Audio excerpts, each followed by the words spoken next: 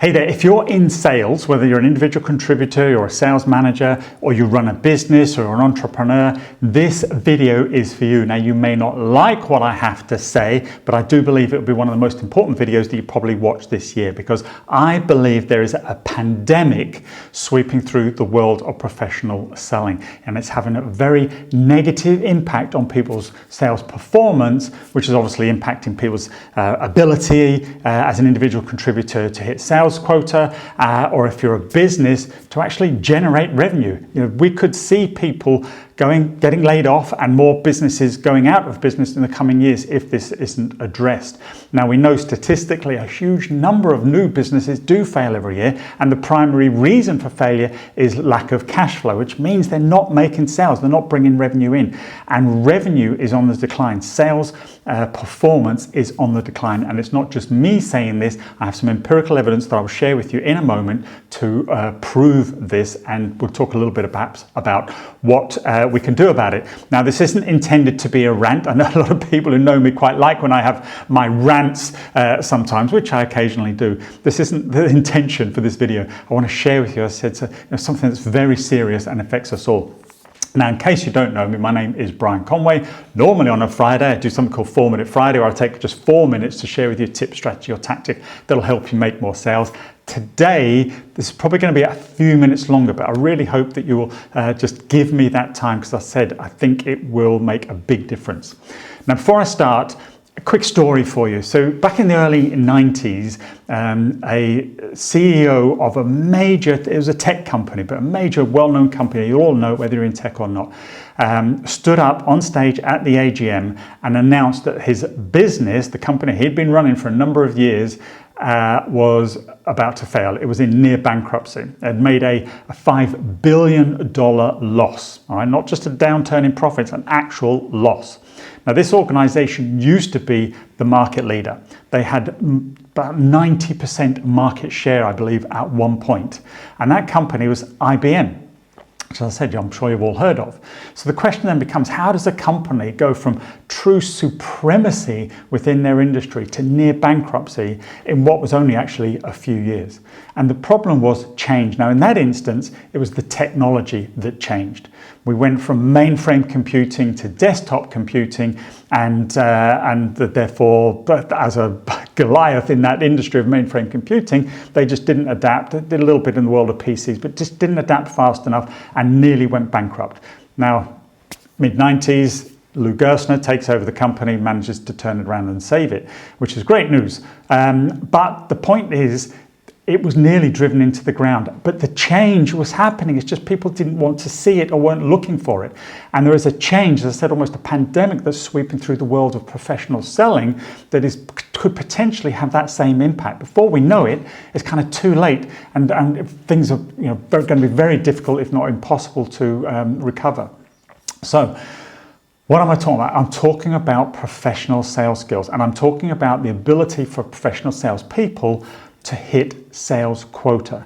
For years and years and years, I have seen a decline in the quality of people's ability to sell. Right? And some of you will disagree, and I'm not saying it's everybody, but it is a growing trend. Now, at first, I just thought it was kind of maybe my perception of the market, so I decided to do some research. And I want to share with you a few facts and figures and some statistics, and as I said, empirical evidence that supports what I'm saying here. You see, Salesforce work across multiple industries, 150,000 customers worldwide, a $9 billion company. And each year they produce a report, like the State of the Union type thing, the State of the Nation, called State of Sales. This year's report identified that 58% of sales reps achieved their sales quota in 2023. Right, so what's that? 42% of people didn't hit sales quota, and that was down from from the year before, or increased from the year before, whichever way you look at it. So the number of people missing their sales quota increased. The number of people achieving sales quota kind of came down.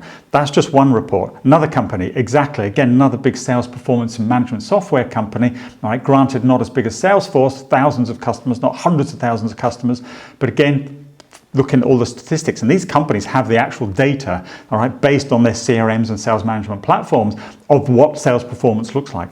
And again, they saw that indicates the average of only 67%, they're saying, of people attained quota last year. Again, so a third of all the companies using their software, salespeople didn't attain quota. And these reports that I found just go on saying the same thing. Another survey conducted by the Sales Management Association found that only 45% of sales organizations, that 45, sorry, I should read this slower perhaps, that 45% of sales organizations reported a decrease in quota attainment.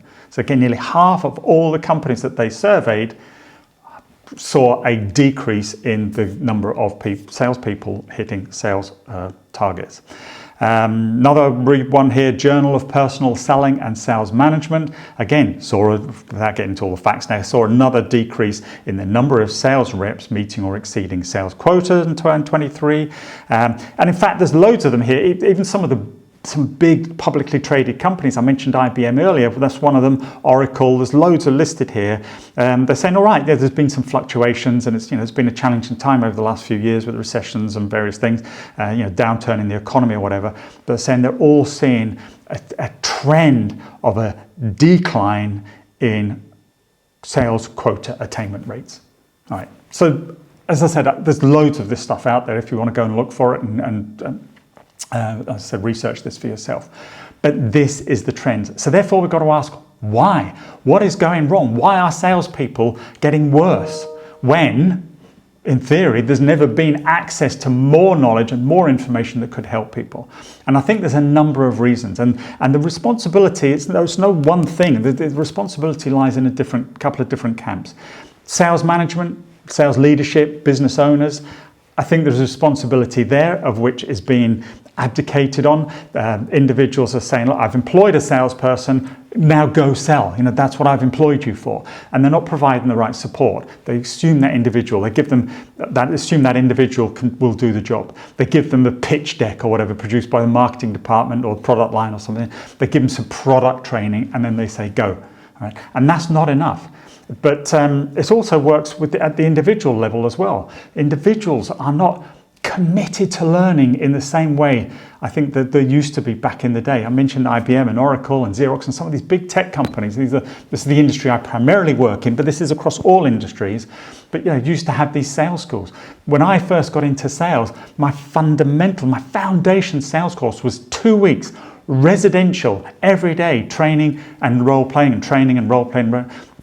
2 weeks. I didn't do any work. My sales manager took my workload off me. If there was any emergencies, they dealt with them.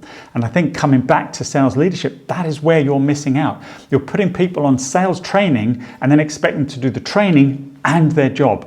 And that's never going to happen. You need to say to an individual, look, you've got 3 or 4 hours on a training next Tuesday.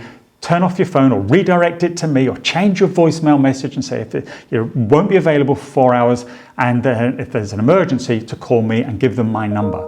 That's what you should be doing. But people aren't doing it. And therefore those individuals just can't deal with it. And I know this is true because I see it and I hear it. I'm delivering training classes day in, day out. And I see it in the behaviors of the attendees of those classes. Sometimes people don't even turn up. Right? Thousands of pounds spent on hundreds of thousands of pounds sometimes spent on training programs by some of the companies I work with, and individuals don't even turn up for the training. And when challenged, they'll say, oh, I had a customer meeting came up. No customer meetings should be as important as your personal development. Who was it? Benjamin Franklin. Wasn't it? He's famous for saying, if I was given 6 hours to cut down a tree, I would spend 4 hours sharpening my axe. People need to invest in yourselves, and leadership, you need to invest in your people and give them the time and the space and the opportunity to do it well. Again, it's not just management, it's individuals as well. You've got to own this. I see, so again, I said on classes, their camera off. I know why it's off. It's not because you haven't brushed your hair that day or you've got the ironing board up behind you. The excuses I have heard, trust me. It's because you're doing other stuff. You're listening, you think you can listen and learn, but you'll deal with the day-to-day job because you need to, because there's just too much going on. I understand the world does not stop turning just because you're on training, but we've got to find a way of dealing with it. But then taking it right back to the basics, fundamentally, more and more, I should say, salespeople, not most, that'd be unfair, but more and more, and it's becoming a growing volume of individuals in sales have had no training at all in sales. I'm seeing this, people coming on courses and they said, no, I've had no sales training, formal sales training. Remember, I said my fundamental course was 2 weeks. Then I had my more advanced courses. There was one that was 3 months, not completely 3 months, although IBM and the likes used to put people in a sales school for 3 months before they ever saw a customer. But this would be over 3 months, 3 to 4 days perhaps, a month or every other week or something in the training center. Again, residential, offloading my workload to my manager and my team to give me the opportunity to develop. And then there'd be all the advanced stuff like 2 or 3 days on negotiation skills or presentation skills or finance for salespeople or whatever other programs might need to be attended. Today, everybody talks about, these are salespeople now I see talking about their value proposition, how it will to deliver a positive ROI to their customers and all this. And I'll stop them and say, okay, define ROI for me. And I would say 80% of the time, at least, people don't even know what the definition, can't define it, don't even know what ROI stands for. The majority will say, oh yeah, it's when the customer gets their money back, it's, when their investment is returned. No, that's payback. It's a very different calculation. It's a simple bit of math, but it's a very different calculation. So people are saying stuff they don't really understand, and it's because they haven't learned. Learning, personal development, understanding the skills associated with how to be a professional sales individual and a sales leader and a business owner looking to drive sales should be your primary focus this year. Because otherwise, as I said, people empirically are not hitting quota, and that is getting worse and worse and worse, and you'll find the businesses start to run out of cash, or if you're an individual contributor, you won't have a job. You may have to try and move on somewhere else. You can only do that so many times when you don't hit target. Sales management, manage your sales team, not be the sales team.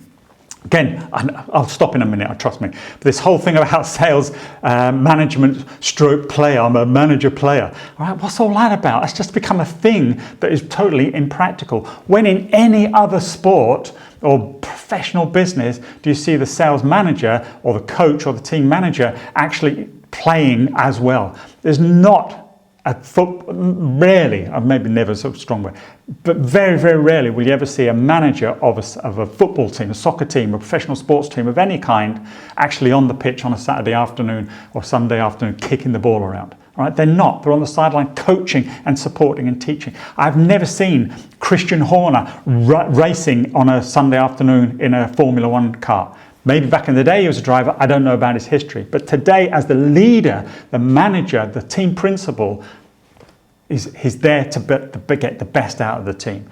If you're a sales leader or a business owner, that is your job, not to be the leader.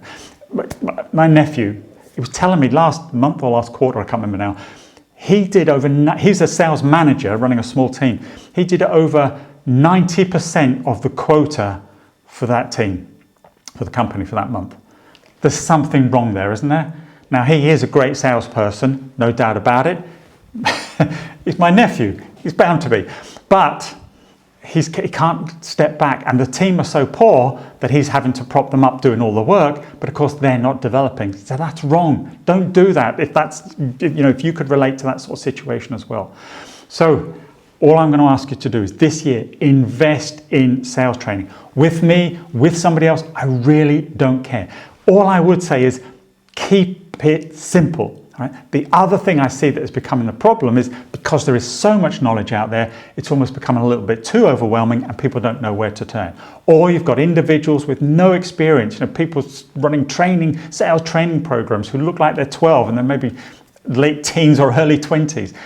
Granted, they have some experience, but maybe not the experience that you need, not to learn. All right, it's not just about training, or the sales skills. It's about the ability to train those skills and develop those individuals as well. So invest in training, but keep it simple. Even some of the better known methodologies out there are just becoming so complicated, to try and differentiate themselves and make their approach and their technique unique, that they're just becoming more and more sophisticated, and that becomes impractical. I see cheat sheets, and I provide cheat sheets, but it's typically frameworks. I see books and stuff now where 200 questions you can ask your prospects as part of the discovery process, or how to 22,000 different rebuttals, responses to sales objections. You can't rote these kind of phrases. Yeah, there's tactics and kind of frameworks you can use, granted, but that doesn't help. You need some simple fundamental principles, and there's really only 2 or 3 skills that you do need to become competent in that will explode your sales performance rather than see you as part of that decline. Now let's just, as I wrap up, think about what is selling. This is my favorite definition of the role of a salesperson or a business who sells something, and that is to find people who have a need for your product or service, and then show them how your product or service meets that need. That is sales. And if those 2 things align, ideally the customer will buy. It's not about all this hard closing pressure tactics and rubbish you see on YouTube. You do not need to become a hard closer. You need to become a person who understands business. So you need to be able to find people who have a need. So first of all, it's a bit of prospecting, who have a need, doing some discovery. And then you've got to be able to present effectively to show them how what you've got will help them achieve that need. Most people are just presenting what they've got and can't create that connection between what a customer needs, because either the prospect isn't good enough, or they haven't done their discovery to actually understand what is the challenge that the customer is trying to actually fix. Right? Fundamentally, that's all it's about. And there's some simple questioning frameworks, some simple prospecting tactics, and some really powerful presentation techniques that you can use that will address those 3 things.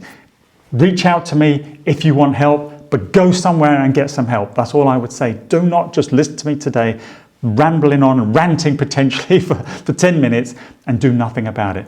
Because those statistics of failing to hit sales quota have been increasing year on year on year for the last 5 to 6 years, noticeably. It's only going one way unless we, as a people who work in business or in a sales organization, recognize that and do something about it. Take ownership of it. Okay. So I hope this video was of value. Give me a thumbs up. Give me a thumbs down. Give me your comments. Do you agree? Do you disagree? Do you think I'm talking rubbish? I really don't care. I'd love people to get as passionate about their career, about their sales performance as I am for you. All right. I have a free community. You can join it, where I will share tips, tactics, and strategies, and run short sales masterclasses that will help you achieve the outcomes you need to achieve and develop the skills you need to achieve. I'll put a link below this video. You don't have to join. It's free. There's no obligation. You can join, you can leave, all right? But there is some free training in there, actually, as a welcome gift if you want it. If you haven't got to this part of the video, they'll never know. If you have, and you're here listening to me now, click the link below, join the community. But whether it's with me, as I said, or with somebody else, please, I implore you to do something about it, to get trained, to sharpen your axe. And let's take the profession of selling and make it professional once more, as it was. Okay? Thank you for your time. Thank you for listening. Please do comment, like, dislike, share, do all that sort of stuff. I'd appreciate it, because I want to get this message out there. And I appreciate this has been a little bit longer than normal, but I hope it's got you thinking perhaps. And remember, it's not just me ranting. There is empirical data that I shared with you that's showing what's happening. The pandemic is coming, and if we don't do something about it, we know from the recent pandemic how quick something can get hold and how negative an impact it can have. Don't let that happen to us in the world of professional sales. All right. I thank you for your time. Hope you have a great day. Lovely weekend ahead of you if you're watching this on a Friday. But whenever you watch it, have a great and successful week of selling ahead of you. I'm Conway. Take care. Bye-bye.